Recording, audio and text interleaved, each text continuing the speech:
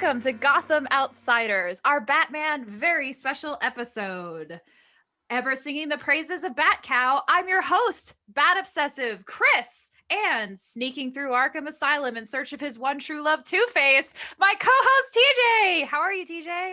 Hello, I'm doing good. I am your Chris proclaimed Batman acolyte, and who do we have with us tonight, Chris? Well, we have two returning guests tonight for our very special episode.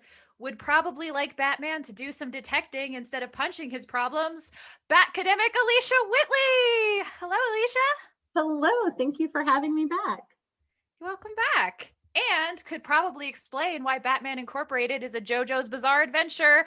Our Grant Morrison correspondent, comic book writer, and co-host of Progressively Horrified, Ben Kahn.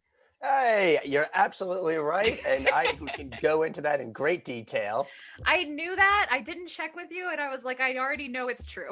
Not as much as of a JoJo arc as Wonder Woman 1984, which is extremely JoJo's. And that is the only time you'll hear that ever mentioned on this show. Now, I was gonna say, don't get Chris started on Wonder Woman. She's not ready for that yet. She will never be ready. Maybe the 20-year anniversary of that movie, we'll talk about it. And if you want to bring up the questionable parts, I can get into how that makes it more JoJo's. So what are we doing here today, TJ? Well, Chris, we've mentioned this a few times on the podcast, but we discussed Batman and Robin, Batman Reborn with Ben, and then we discussed Batman Arkham Asylum with Alicia, and 2 days following that upload, Grant Morrison came out as non-binary, and that just answered a lot of our questions that we had while recording those episodes. And, you know, we wanted to give a chance for all of us to come back and talk about those things again with this new perception of their books. It was extremely 2020 of the world to offer us an explanation after we reported and posted our episodes. I mean, that feels very fitting. We did have a moment of, do we think they listened to us? No. Did we do this? Did we put, it was the secret, we put it into the universe and the universe gave it back. Yeah. But Ben, you were featured in the article itself, weren't you? Yes, that was really surreal and crazy, was seeing in a CBR article about their coming out. They mentioned a few other non-binary comic creators. I know they had Vida Ayala listed there. But yeah, to then be listed as a previously out non-binary comic creator was extremely, extremely surreal, because Grant Morrison was so one of, if not the biggest influence for me in like my development as a comic book reader and my desire to be a writer. So to find that there was that connection there that I didn't know was there all along was definitely a really powerful moment. That definitely, you know how much I love to talk, and that left me thoroughly speechless. Aw. No, I mean, that's such a special thing. I can't even imagine. Yeah, absolutely. And we kind of put a list together in preparation of this discussion. Those books we came up with, thanks to Ben mainly, were Doom Patrol, Wonder Woman Earth 1, The Invisibles, and Supergods, Our World in the Age of the Superhero, which is a prose novel. Which ones did you guys read? Not to get too much into our opinions yet, but just a quick rundown. So the one that I read recently, like kind of in preparation for this, was Wonder Woman Earth 1. But in the past, throughout my readings, you know, I've read all of The Invisibles. I read through Supergods. And then, you know, just through, you know, Multiversity, the Batman run, most of the action run, Filth, Happy, most of Seven Soldiers. So just a lot of general Grant Morrison bibliography rolling around. I read Wonder Woman Earth 1. I intended to also read The Invisibles, and my library foiled my attempts. Well, my library and the fact that it was closed for Christmas. So yeah, so that one is still on the shelf. I read a large majority of Supergods and then discovered just how long it was and did not get it finished, but I've read a pretty big chunk of it and I will finish it. So hopefully there's nothing like incredibly revealing in the last 2 chapters because that's the only part I don't know about. So TJ, you said it was a prose novel. It's actually nonfiction. It's an exploration of how Grant Morrison views superheroes, and it is very enlightening, I will say. In addition to that, I read a little bit of Animal Man, did not finish it. Probably will get into why at some point. In the past, obviously the ones for the show, I've also read the X-Men run, Batman Incorporated, something else that is eluding me at the moment. TJ, what did you read? So I took it upon myself to peer pressure everyone into considering reading more of those titles, but I myself did not actually read any of them, which, bad TJ. But I did go out of my way to read the rest of Batman and Robin, those other 2 volumes, and I got halfway through the first book of Batman Incorporated, but I absolutely hated it and stopped reading halfway through. And what did I tell you about that, TJ? That the second volume is better. TJ stopped right before it got good. Like Wait, right before. I am a big fan of the Bat manga arc. Yes. Yeah, there is a lot happening in Batman Incorporated, and we will get into it because I have a lot of Batman Incorporated feelings. I've read their Marvel Boy miniseries from Marvel as well, just coincidentally. So I was reading a lot of Grant Morrison, just not the ones we had actually picked out. And you've read the X-Men run as well, because you're the one who got me to read it. Of course. I'm a big fan of their new X-Men run. It's like the definitive X-Men run, in my opinion, at least for the modern age. But before we get into this discussion of Grant Morrison and their journey of gender expression and identity throughout their works and the ones we picked out to look at, we had a listener send in a very brief look at how much Grant Morrison means to him. And this is Jack Ingram, who is an avid listener, has been here almost since the start. And he is a huge Grant Morrison fanboy. So I'm going to go ahead and play you guys this clip that he sent in to kick us off. For around a decade, Grant Morrison has been my favourite comic book writer and most prevalent. I can safely say I've read more Morrison than any other writer. I can admit that initially I was attracted to Grant as a writer because they were from Scotland, Glasgow to be exact. The idea that someone from Scotland breaking into American comics was a massive accomplishment in my eyes and an inspiration, as is the case with Grant's frequent collaborator Vincent Deegan, aka Frank Whiteley.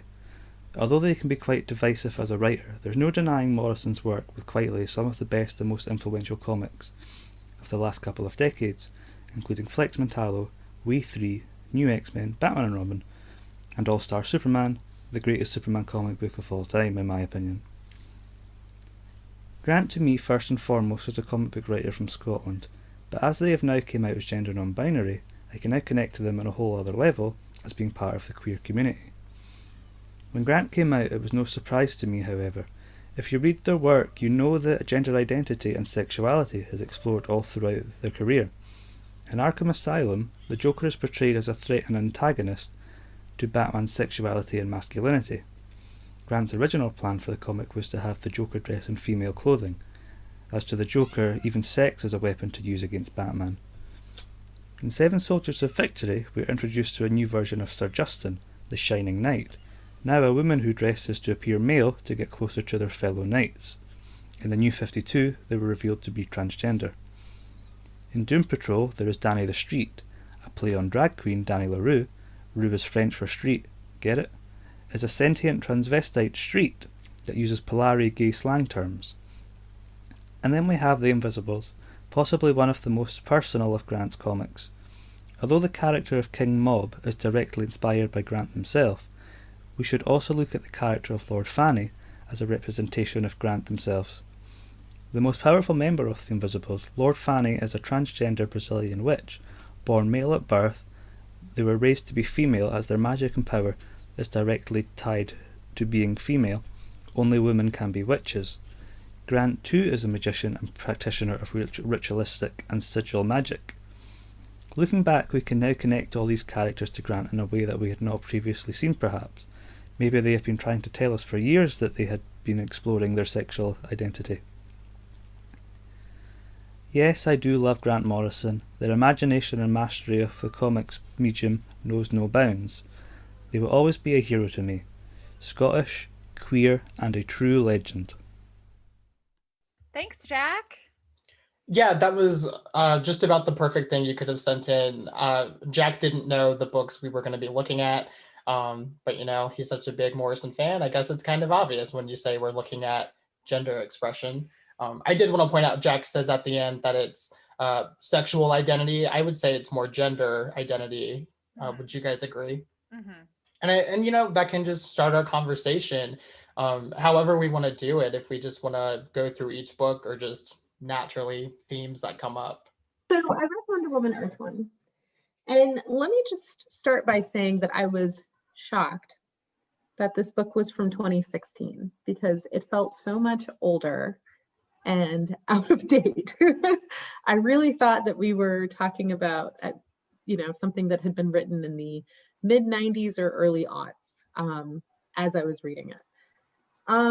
So just to talk about the story, in case people haven't read it, don't know what it is, or don't know anything about it. Wonder Woman Earth One starts off with a trial.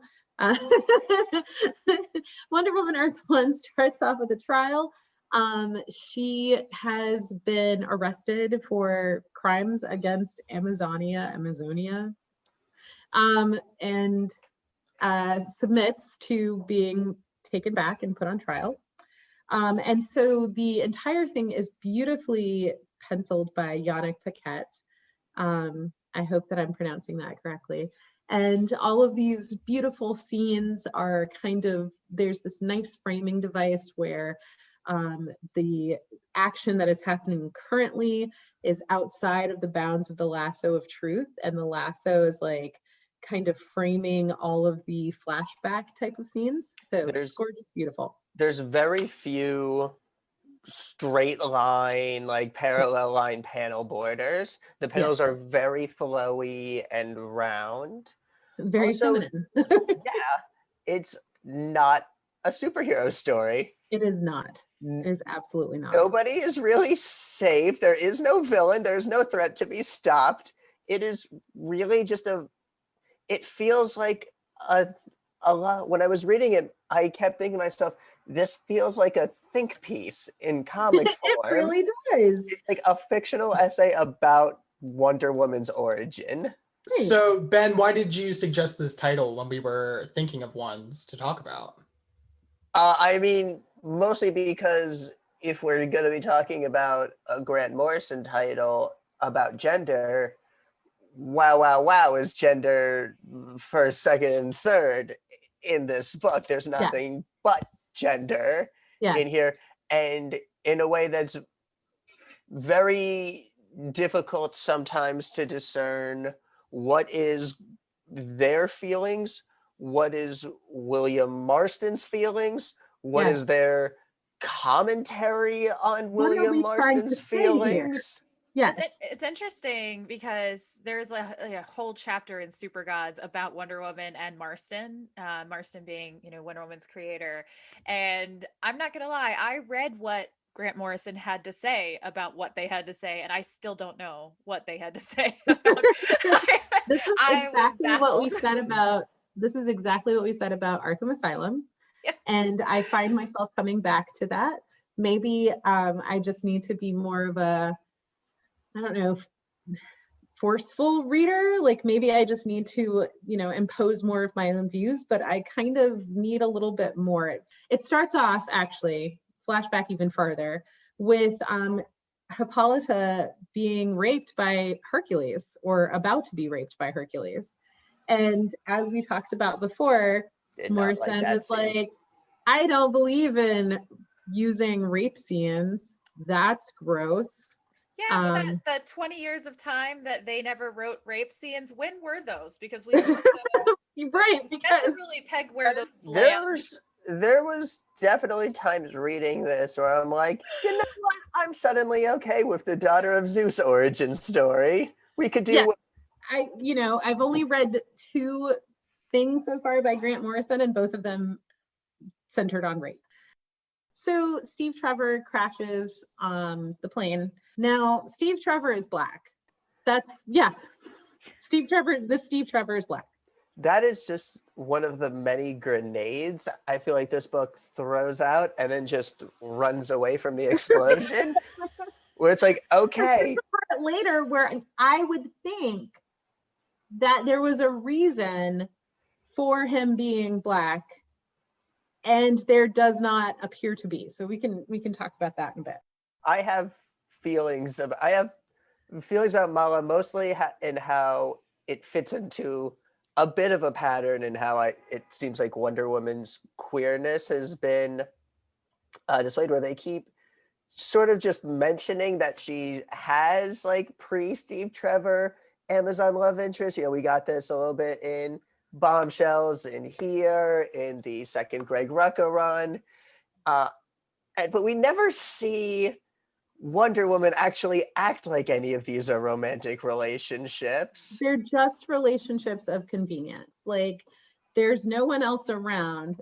So I guess I'll have sex with these people. While I feel like at the end of the day, I am kind of a Steve Diana shipper, and I'll be like, yeah, I want to see them together at the end of the day. I sure would like to see Diana get like a new woman love interest, like after she's established as Wonder Woman, where she has the full scope of human experience and is still making that decision. I was really hoping for that in '84, and I was disappointed. Yeah, I wanted that too. That date scene, but that date scene I could talk about for 12 hours. If we only talked about that, I would be fine. They're gonna smooch. There was no smooching. I was so disappointed. I was like, just one. They had chemistry. They did. Such chemistry. Anyway, so she takes Steve Trevor, steals a plane, flies to the world, and then proceeds to insult everyone she meets there. She's holding Steve Trevor and slowly learning English. Well, very quickly learning English. And she carries him into a hospital and says, like, Steve Trevor needs man's medicine, help him or whatever. And then she's like, you people are small and gross. There's so much body shaming from the Yes, I thought back then, like, she learns English so much faster than she learns what average humans look like. Was this in the Golden Age comics? Was it? That she kept doing it? Like, it's the one element of the Amazons where I'm like, this feels really strong, eh? Like, you decided they were going to have, like, you're not in conversation with Marston anymore. You just decided they were going to have this flaw. Right. Like, if I were to go to a different country where all of the people had red hair, the first few people I encountered, I might go, wow. And then I would get over it. Diana never does. She spent the rest of the book telling people that they are small and misshapen and their bodies are distorted. So it sounds like this book was keeping up the trend of, there's some things we enjoyed, but there's also some problematic things. Yes. So let's get to some of the things that were more problematic. Please. Okay. Etta Candy. This is the reason why I felt like this comic must be older than it is. Because Etta Candy was there, and she says, they call her Beth. She's with her sorority sisters. They're in a bus. They're traveling somewhere. And they call her Beth. And I thought, oh, good. We've left the fat jokes behind. Like, she can just be a fat woman who likes to eat candy, but it's not like her whole life. No. The fat jokes continue. The very first line, we first meet Bev Candy by her eating all of the food for a charity for hungry people. The hungry got hungry is what she says. Yeah, TJ. Yes. And my face says yikes right now. Frustrating because there are times where this Etta Candy is also my favorite character in the book. Woo woo. Yeah, it's interesting as I'm listening to this, I'm comparing it to Supergods as they describe how they see superheroes, and I it's fascinating to me because it sounds like they're making all the mistakes that they criticize writers for making, like because that is part of it, though they do it also in the book. That book is very full of a lot of hypocrisy, which is part of why I didn't connect to Supergods very much, because they'll be like, why do writers do that, and the next sentence say something. So one of the very first things in the book is them kind of making fun of people for having bulimia. Oh, okay. So here's the other piece that was a problem. Steve Trevor is Black. Yes. Okay. Diana clearly white. Okay. So she likes Steve Trevor and she wants to initiate like a romantic relationship with him. And so she offers him a spiked collar and tells him that he should wear it in loving submission to her. And then the next scene is her talking to Beth about why this didn't work. Oh my gosh, that's horrifying. She's just like, I don't get it. So is this the most problematic book we picked for our list, or is there more to come? I mean, and so you can forgive her naivete, right? You can say, oh, she comes from it. And so I think Beth says something like, wait, let me get this straight. Paradise Island is a bunch of science fiction lesbians with a side of bondage. I'll drink to that. I did love that moment. That was great. I did love that moment. That was fun. But at no point does Beth explain to her, so slavery, it's the problem. It's the story knows that there is a conflict between this whole idea of loving submission and America's history of horrific racism, but all it knows to say is, boy, there's definitely a conflict there. It's like, do you got anything to say about that conflict? Are you Not really. You gonna enlighten her as to why Steve Trevor might have been looking at her like, you want to do what now? They changed. She didn't even ask. She didn't even say, so I'm kind of into tying people up. I mean, I have this whole lasso thing you might have noticed. So I do like tying people up. But truth is really supposed to set people free, not keep them in bondage. So connecting back to Asylum, I mean, I think this is kind of what TJ said. It does sound like this follows along the Grant Morrison lines of, we are commenting on the thing, but like in such a muddled way that you cannot tell what direction we're coming to it from. Yeah. And you guys read this after knowing Grant was genderqueer. So like, if you had read this before, are there any themes in this Wonder Woman book that come across differently with that knowledge? Wonder Woman does play with gender roles. I mean, necessarily in that she comes from an island of women, right? Yes. Yeah, and she plays the role of Hercules, who is a terrible man to Hippolyta. But that's the role that she plays every single time, is this man's role. But the man's role is one of rapist and like warlord. It was Hercules, wasn't it? It wasn't Ares. Was it Hercules? Am I getting this wrong? No, it was Hercules in this. Okay. Interesting. I'm not saying that this story was conscious of it or necessarily went down this road, but I feel like by de-emphasizing kind of the romance of Steve Trevor and de-emphasizing that kind of being her motivation, it made me think like, oh, there's a possible like sort of like, I feel like in the realm of Wonder Woman origin stories, there are more possible like trans and possibly like trans mask narratives in here than I saw, especially with like some of the moments where it seems like, oh, Diana's very interested in like its masculinity, like this whole thing that's like, it's this relation to masculinity that sets her apart from the Amazons. It's like, not that the book that's where this book goes, but it just goes like, oh, I never saw the Wonder Woman origin story having those possible themes, but I do think now theoretically someone could go down that road. And let's segue into that makes sense. The Invisibles, because Ben, you've read Invisibles long before Grant Morrison came out. Yeah. So let's look at that. Can you give us a brief rundown of what the Invisibles is, and the themes, and just what if there was an experience of looking at it pre coming out, and of course more recently? Oh boy, let's summarize the Invisibles. Here I go. Wish me luck. So the Invisibles centers around a homeless British youth who joins a cell of this mysterious psychedelic terrorist group striking that is in this secret war against alien fascist alien gods of fascism and evil, and they have to wage war through time and space and different shades of mind, millennium, magic, psychedelic.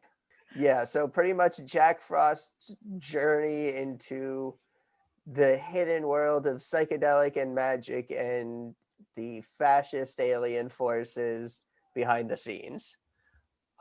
In terms of the reading it before and after, the before, it's very famous the way that King Mob, the charismatic leader of the cells of the Invisibles, is a kind of a Grant Morrison stand-in. They've been on the record a whole bunch of times, a whole bunch about how things that happened to King Mob in the story happened to them. When King Mob got hurt, they wound up in the hospital. When they wrote King Mob better, they got better. Various other NC-17 connections between the two.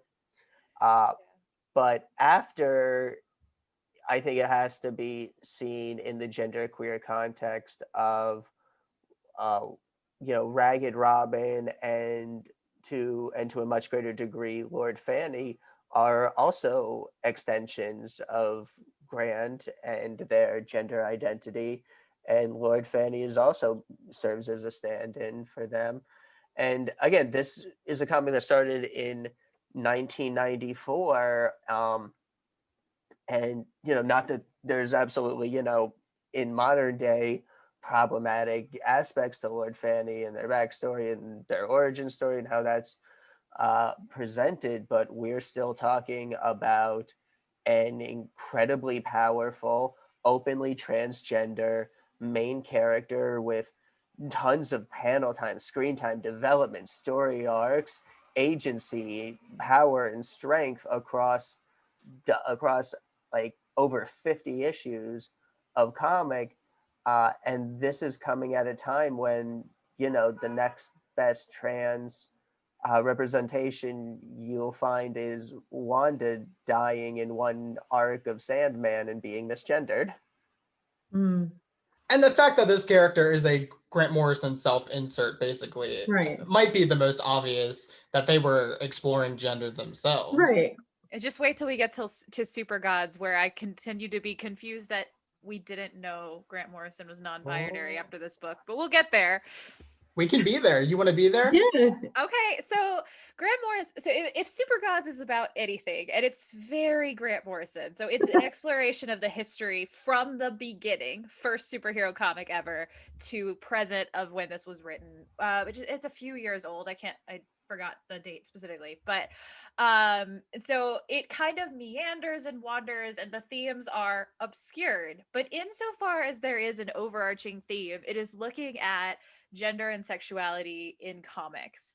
And there's a specific part where they talk about a run that I was unaware of and suddenly very much need to find, of Jimmy Olsen, where apparently for an extended period of time, Jimmy Olsen's alter ego was a drag queen that solved crime.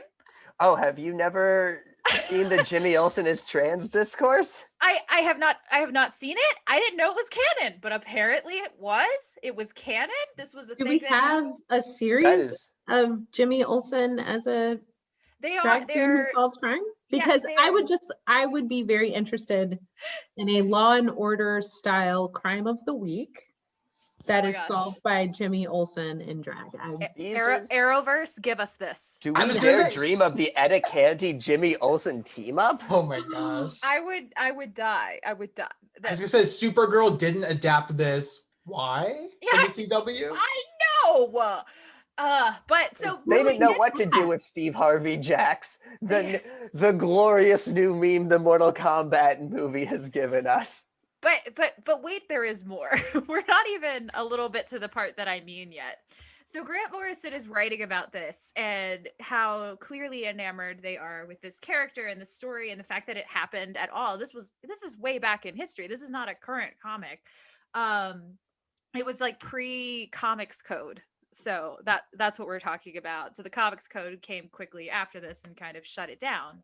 But Morrison writes about this and says, I grew up with this idea of the disguise kit and the performance, the idea of both body and identity as canvas. They go on to then say that they followed in the steps of Jimmy Olsen. And I was like, I'm sorry, they came out when? In this book, right? Like, that's coming out. I mean, in Seven Soldiers, I love the reimagining of Shining Knight. Yeah. I mean, they wrote Sir Easton as a woman that, either is transitioning to male or is just in disguise as male. And then I feel like I was such a fan of the New 52 Demon Knight series, where I believe it was Paul Cornell who wrote it and then kind of continued that character. And I thought kind of took that character to their natural conclusion of being completely and openly non-binary. Someone mentioned that there has been, it seems as if when you read Grant Morrison through this perspective, it seems as if they've been telling us for a long time before they told us.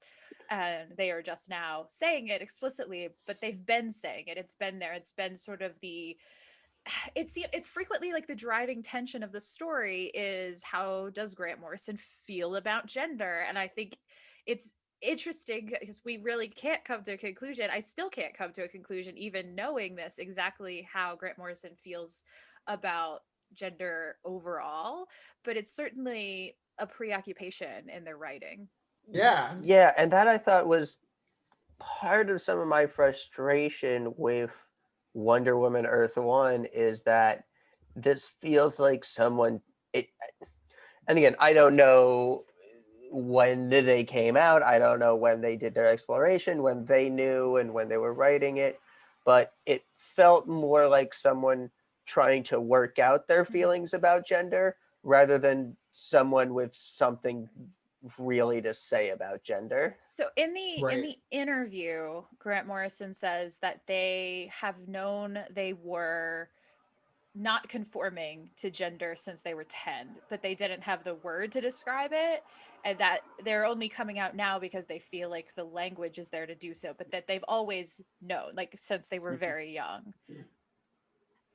Yeah, I was reading that earlier. Language here that's so harsh, like the Amazon strap, the stench of man, and it's just there's some like very visceral feelings, which as again like an AMAB non-binary person definitely made me shudder a little bit.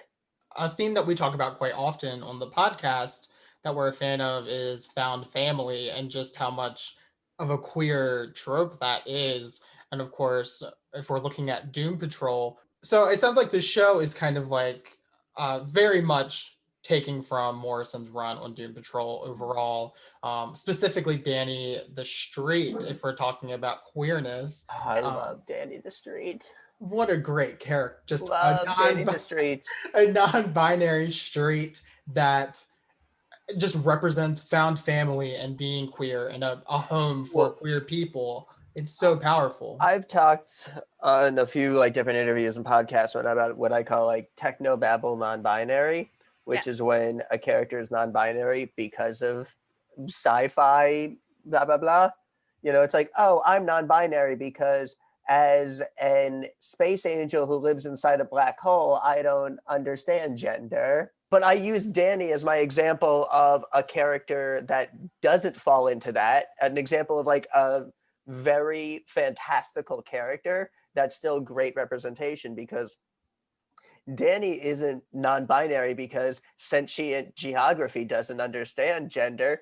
Danny is non-binary because that is the gender identity that feels best to them and they most strongly identify as. And just found family in Doom Patrol. That's the whole, one of the main themes of the show, or book as well. Yeah, and I think there's something there too about the fact that their Batman run was Dick and Damian, who are not actually related in a biological way. So they take Bruce out of the picture, who's biologically Damian's father, and put together a more found family dynamic. And I think that that's telling as well. I mean, even in Arkham Asylum, you've got a found family, right? Like Two-Face just wants to be loved. They're all in the house together, and this was a theme I really wanted in, at least in the first volume of Batman Incorporated. You know, when we're looking at a team of all these heroes from around the globe, that's what I wanted from that book. You get it. You just stopped too soon. Okay, that's what I was gonna ask. Is that more focused on in the second one? Yeah. But there's a line from, I think it's the one where Bruce Wayne comes back after Final Crisis and he's been doing time stuff. I think it's like the Return of Bruce Wayne. Yeah. And he has a line, and it's one of my favorite lines in all of Batman and comics, and it's stuck with me for a very long time, especially as a comic book writer who cannot accomplish anything without a team of talented people supporting a vision. And the line is like, "The first truth of Batman, the saving grace, I was never alone." Aw, my heart just melted. I would say too, Batman Incorporated, the second part of Batman Incorporated that you didn't read, is a lot of like Damian learning how to accept family and found family, and Grant Morrison introduces sort of the bat menagerie of pets that help Damian learn to express emotions. Like I mentioned Bat Cow at the beginning for a reason. Bat Cow is one of my favorite Grant Morrison creations. I love Bat Cow. And Damian rescues this cow from a slaughterhouse, becomes a vegetarian because of it, and basically turns this cow into a superhero because he has this awkwardness, this thing that separates him from other people, and he finds it easier to communicate with animals. And kind of where I'm going. One of my dreams is still to do a Justice League of Pets comic where we reveal that Bat Cow is just like the detective of the team. That would be amazing. I mean, Bat Cow just moves, and then the trailer's just like, oh my God, Bat Cow pieced it all together. And Bat Cow solves a crime in the comic too, which I love. Bat Cow? Yes. Jimmy Olsen in drag. Yes. Buddy cop movie. Okay. Yes. Yes. Right? Turner and Hooch is a superhero comic. Fuck yes. Very good. How does not play by the rules? How does not play by the rules? How does not? Never turns in paperwork. I'm just loving the good cop, bad cop of Jimmy being like, look, I want to help you out, but this cow over here, she's nuts. It's perfect. I love it. Go to Pret right now. I love that you brought up found family in terms of Batman and Robin, because that was probably my favorite thing from that run, that relationship between Damian and Dick. But I wanted so much more of it. My thing with everything Morrison I've read, besides New X-Men, I'm putting that out because I haven't read it in so long and I have fond memories of it. But they have such great ideas and character ideas, but then I feel like they always get lost in terms for like to make great action happen. It gets done. I know it could only last a certain amount of time because corporate mandates are what they are. But man, do I wish we could have had like 5 years of Dick Grayson as Batman with Damian and Robin, and again, 5 years of just them as the dynamic duo before Bruce came back. People love their relationship, and I'm like, but there's barely anything there. Like, there was the potential for such a great, well fleshed out relationship, and we only just scratched the surface, I felt like. Yeah, I agree. I mean, we are well established on this show as saying that Bruce Wayne is the least interesting character in all Batman comics. So yes, more Dick Grayson Batman, please. Writing Doom Patrol was a great way to lead into X-Men, because that is also such a found family type story. But the main thing I wanted to bring up here in terms of X-Men and Morrison's take on it was Morrison redefined not just the X-Men as a group, but also the Emma Frost character, who is my personal favorite X-Man. The Emma I love came from Grant Morrison because they basically took her and just gave her, wrote her as if she was a drag queen. Basically, she built this persona, the White Queen, which is like her superhero name. It's this persona that she's built up that empowers her, and not only does she dress in these outfits that are like very drag like, but it's just her attitude and the empowerment she gets from So the White Queen is Sasha Fierce. Is that what you're telling me? basically Yes, Emma 100%. Frost. I am She's great. so into any superhero that replaces a costume with high fashion, like JoJo Yes. style. Yes. 100%. I love Emma Frost too, and I love that Grant Morrison run with Emma Frost. I spoke about Marvel Boy earlier, which was a Grant Morrison miniseries.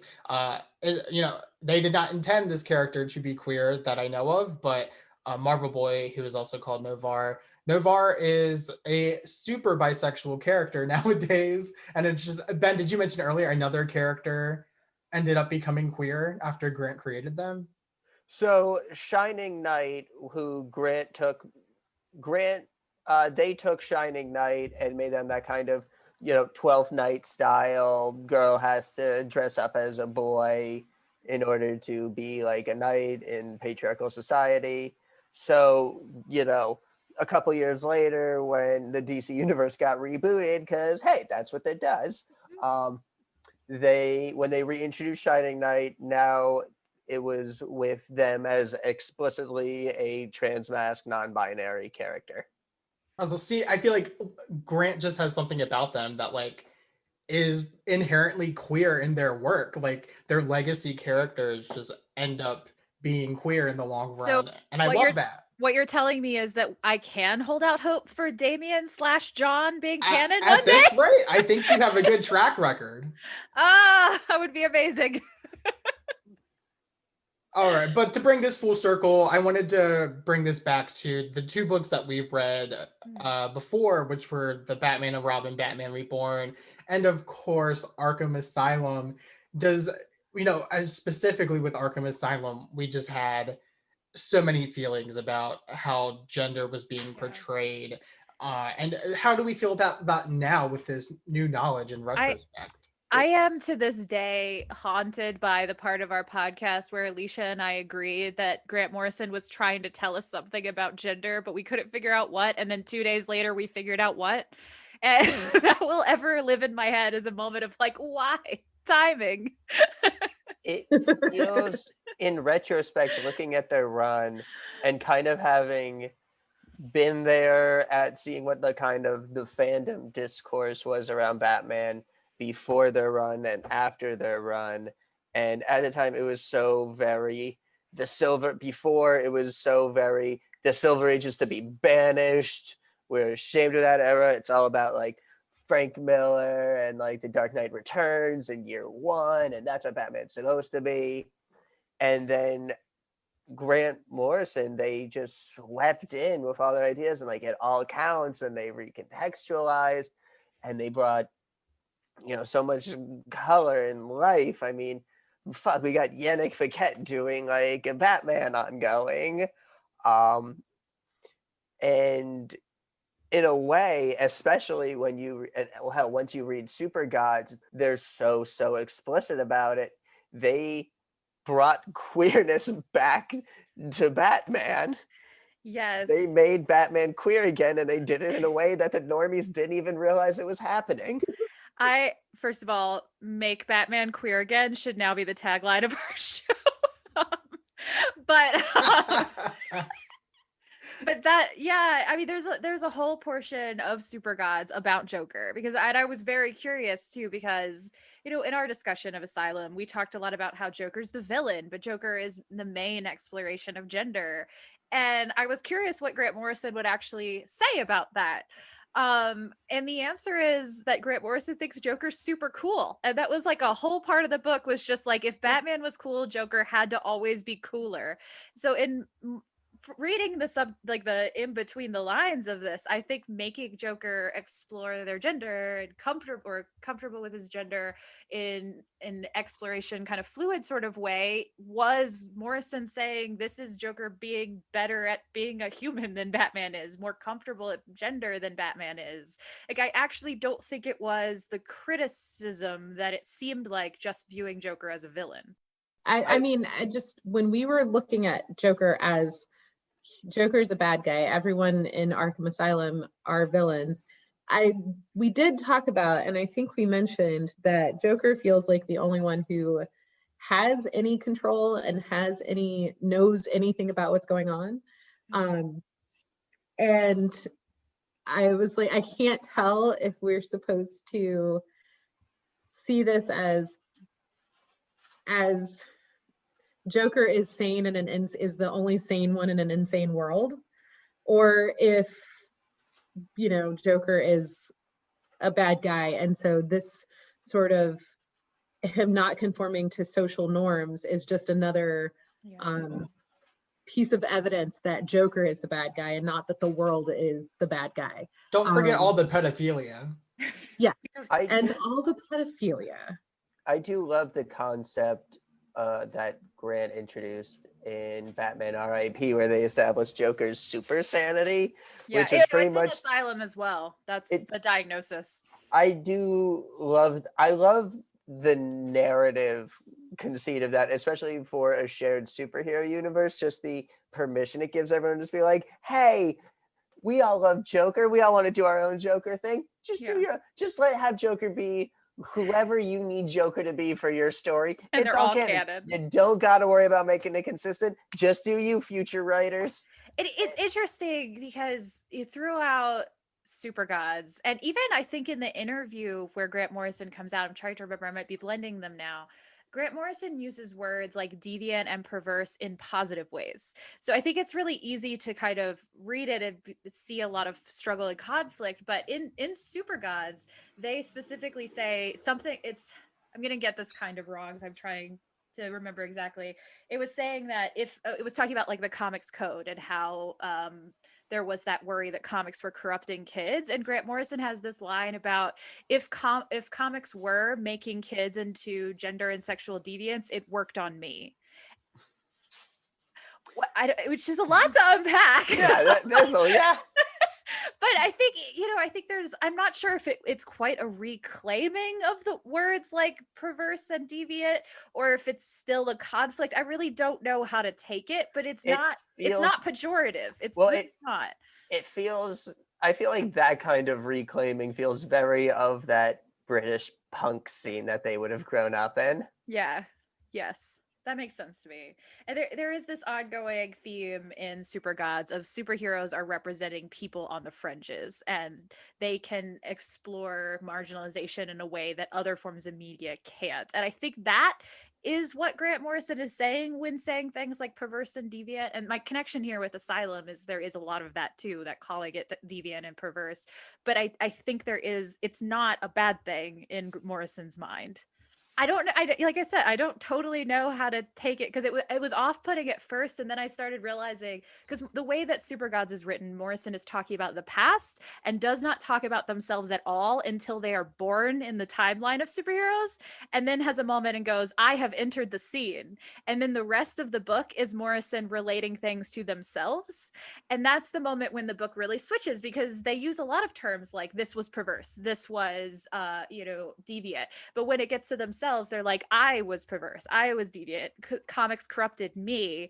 And that's when it starts to become clear that there's something more than judgment happening. There's something, of ownership of it. There's a lot to unpack, and I don't know how to feel about it, but I do think it changes how I read Asylum when I realize that that's the way they talk about themselves. I don't know. When we talked about Morrison, I think it must have been the first time, so we were talking about Batman and Robin, I made the comment that there is a lot of toxic masculinity in Batman and Robin when Morrison writes it. I think that is still true. Obviously it's not, it's more complicated knowing that Grant Morrison is non-binary, but I think their work back then was still influenced by patriarchal ideas of women. And I still think I see that. And I see it in Supergods too, when they talk about women So I think that's still there. I wanted to kind of retouch on that since I had said it. I think it's still true, even if, this new understanding doesn't really change my read of how Morrison understands women. And I think it's important for us to talk about all these problematic things, but at the same time, we are here to celebrate that we have a very accomplished queer writer. We didn't know that we've had one, and now we know. I mean, again, despite any negatives I've said here and things we pointed out, I probably wouldn't be here as a comic writer without their work and the influence they've had on me. That's so sweet. Yeah. As far as Batman goes, I mean, we wouldn't have Damian. Damian's one of my favorite characters. I think Grant Morrison sometimes for me is hard to read, but the legacy of what they create is some of my favorite things. And ends up being queer. And always ends up being queer. Damian, we know. It's okay. You can tell us. And now with Morrison and Tynion, Batman has been steered by queer creators for quite some time. Can I tell you my favorite line of Supergods that got me very excited now that we're on Please. This part? Grant Morrison said, "Perhaps there remains to be written the great gay Batman story." Grant Morrison, please write it. I will read it. They did go on to describe the story they were thinking of, and it was terrible, though, I will say. Are you saying Lord Ben, go write it. Ben, you write it instead. Also, write me Emma Frost fan fiction, and I'll read it. Yes. Like the British family? Like, I already know the answer for one of you, but Yes. will you all read Grant Morrison more? if you promise me a cow with a cape, then yeah. Well, we'll bring you on for Batman Incorporated when we do that one. Halfway through that Batman Incorporated book, I was like, no, I'm done. I'm done. We'll do the second run. We'll do the second run. Right. I tell myself that, but I know I'm going to pick up more Morrison. I just know it. I don't read everything they write, but usually whenever they have a new thing coming out, I usually give it a shot. And not everything is totally for me, but a lot of stuff I really enjoy. Yeah. Right. I will also continue to say I'm not going to, and then continue to read them. So Grant Morrison is like Pringles for me. I'm like, I'm not going to eat another one, and then the can's gone. So that's what's happening.